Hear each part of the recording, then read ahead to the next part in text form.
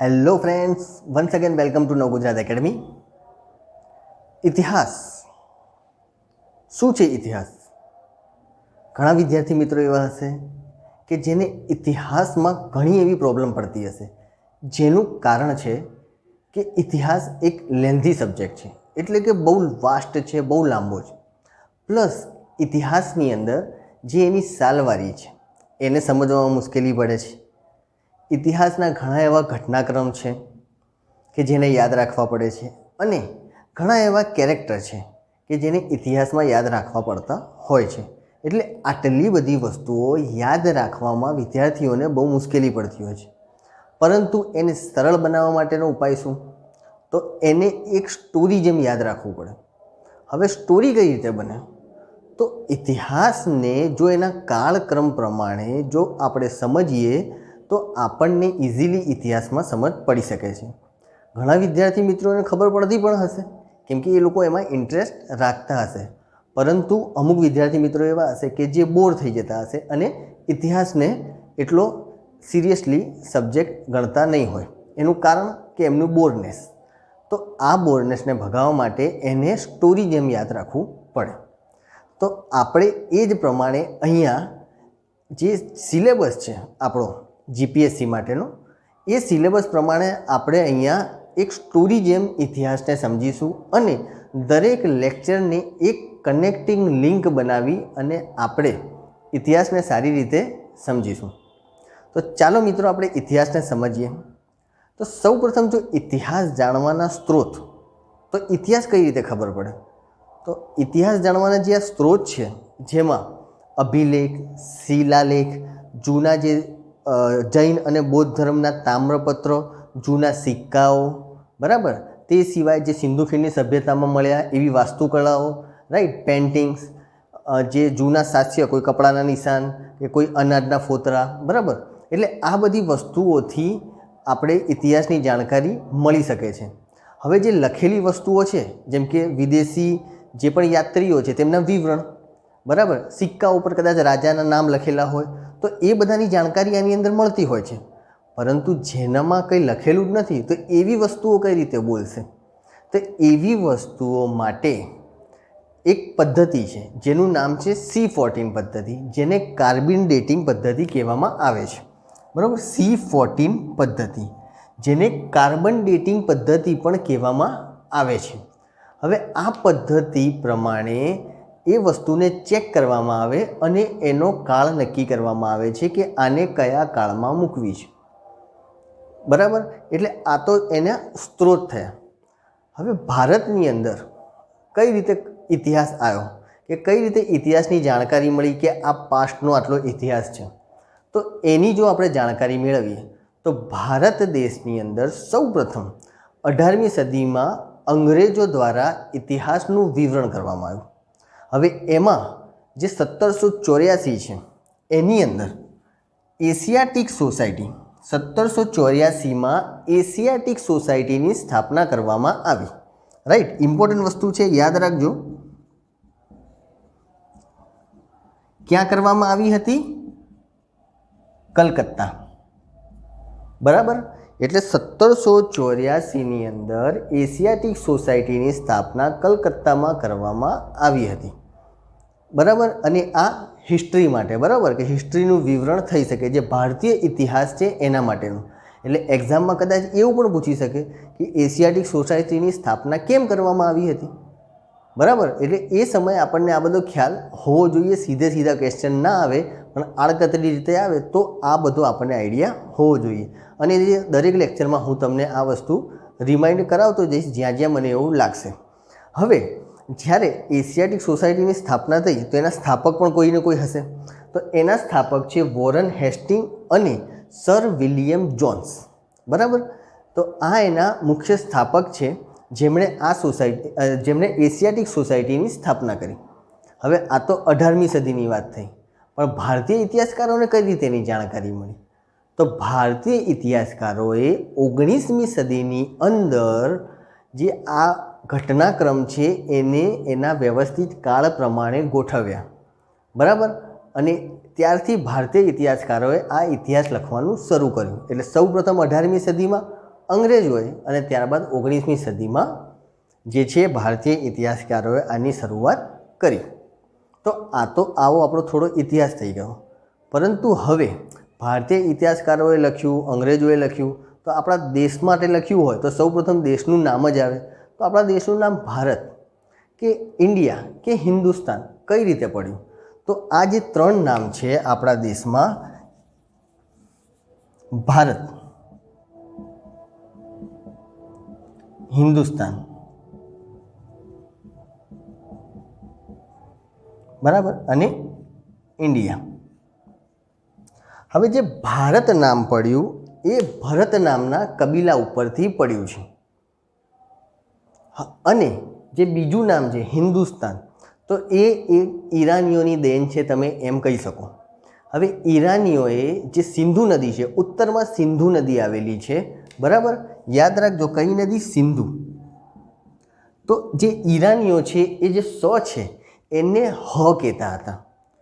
એટલે સિંધુનું શું થઈ ગયું? હિન્દુ.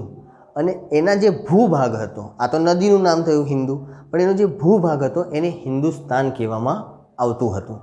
એટલે સિંધુનું હિન્દુ થઈ ગયું અને ભૂભાગને હિન્દુસ્તાન કહેવામાં આવ્યું. કોના દ્વારા? ઈરાનીઓ દ્વારા.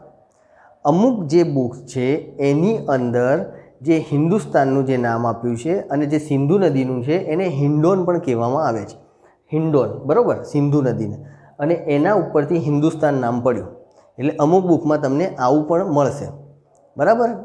ત્યારબાદ આગળ વધીએ તો ઇન્ડિયા. તો ઇન્ડિયા નામ યુનાનીઓ દ્વારા આપવામાં આવ્યું. જે સિંધુ નદી છે એને ઇંગ્લિશમાં ઇન્ડસ, બરાબર, ઇન્ડસ રિવર કહેવામાં આવે છે. અને એ યુનાનીઓએ એના ઉપરથી આ ઇન્ડિયા નામ પડ્યું. એટલે આ કોની દેન છે? યુનાનીઓની. એટલે આ રીતે અલગ અલગ નામ આપણા દેશના પડ્યા, બરાબર. હવે આપણે આગળ વધીએ તો હિસ્ટ્રીને આ તો આપણા દેશની અમુક વાત થઈ ગઈ કે કઈ રીતે નામ પડ્યા, બરાબર.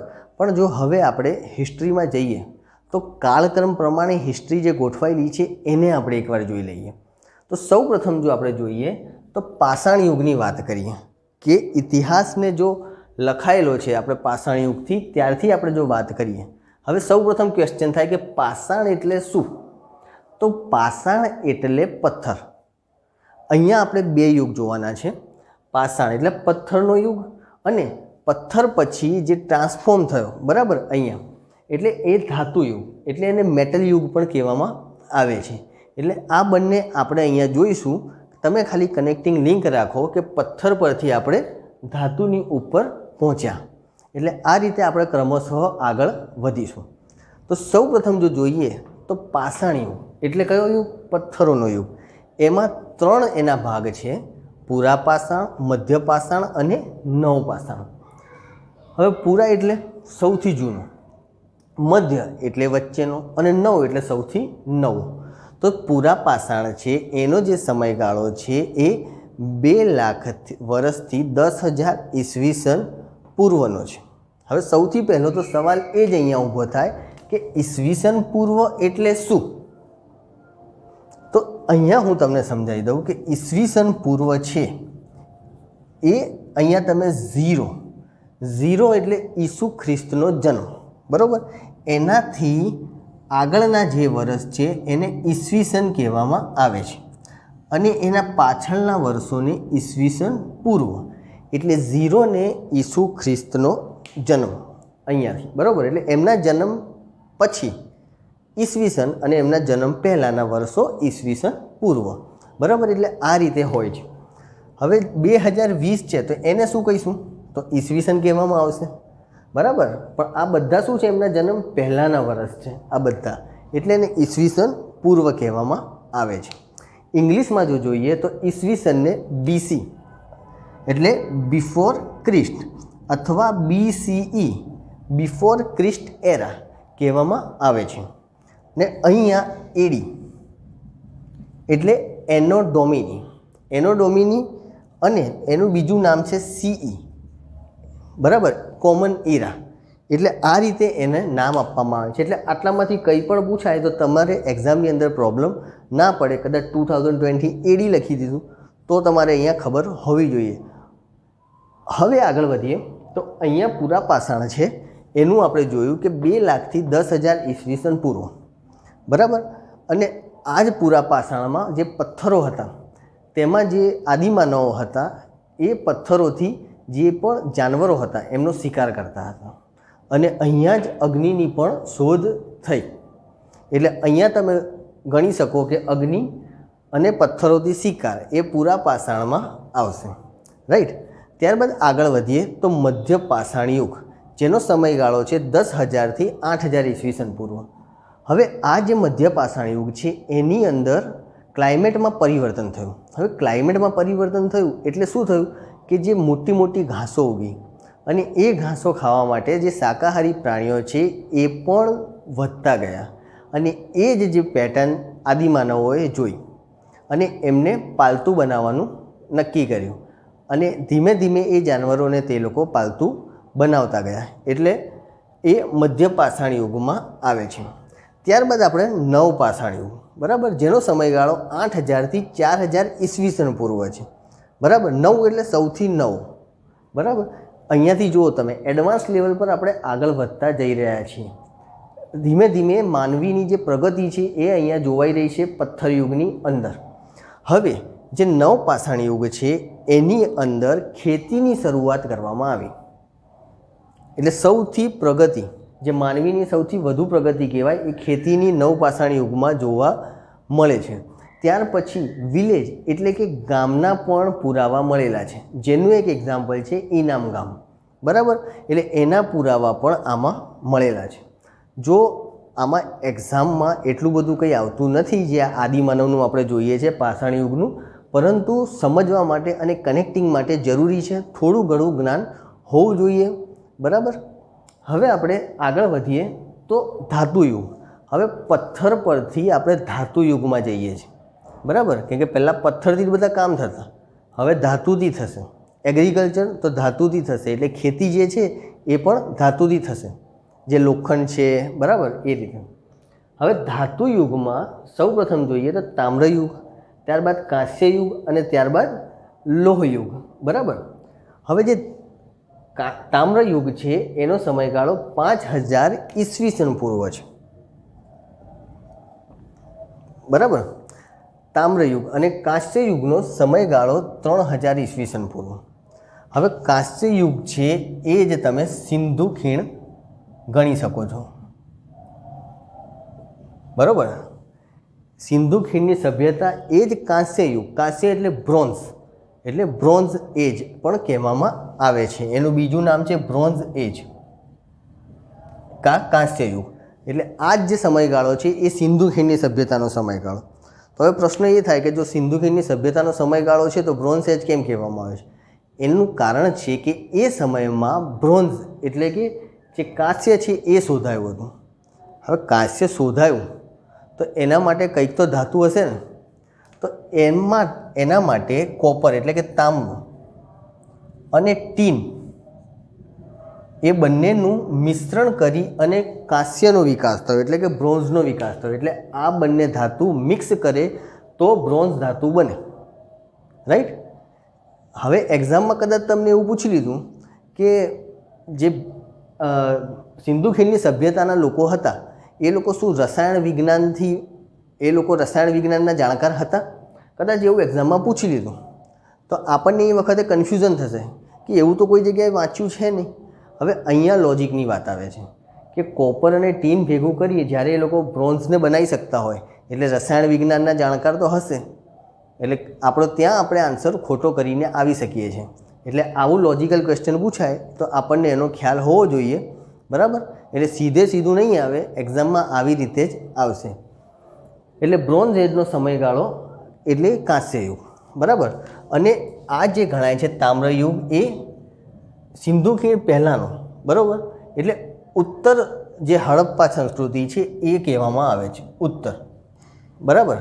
જો તમે સિંધુ ખીણની સભ્યતાનો લેક્ચર મિત્રો જોવા માંગતા હોય તો તમે હિસ્ટ્રીની પ્લેલિસ્ટમાં જજો, એટલે તમને લેક્ચર અહીંયા મળશે સિંધુ ખીણની સભ્યતાનો, અને એની અંદર મેં ડિટેલમાં તમને આ જણાવેલું છે તે ત્યાં તમે જઈને એને જોઈ શકો છો. ત્યારબાદ આપણે લોહયુગ તરફ આગળ આવીએ. હવે લોહયુગનો સમયગાળો કયો છે? 1500 ઈસવીસન પૂર્વ. 1500 ઈસવીસન પૂર્વનો જ્યારે એનો સમયગાળો છે, એટલે કે આ સમયગાળો કયો છે? વૈદિક એજનો, વૈદિક કાળ, બરાબર.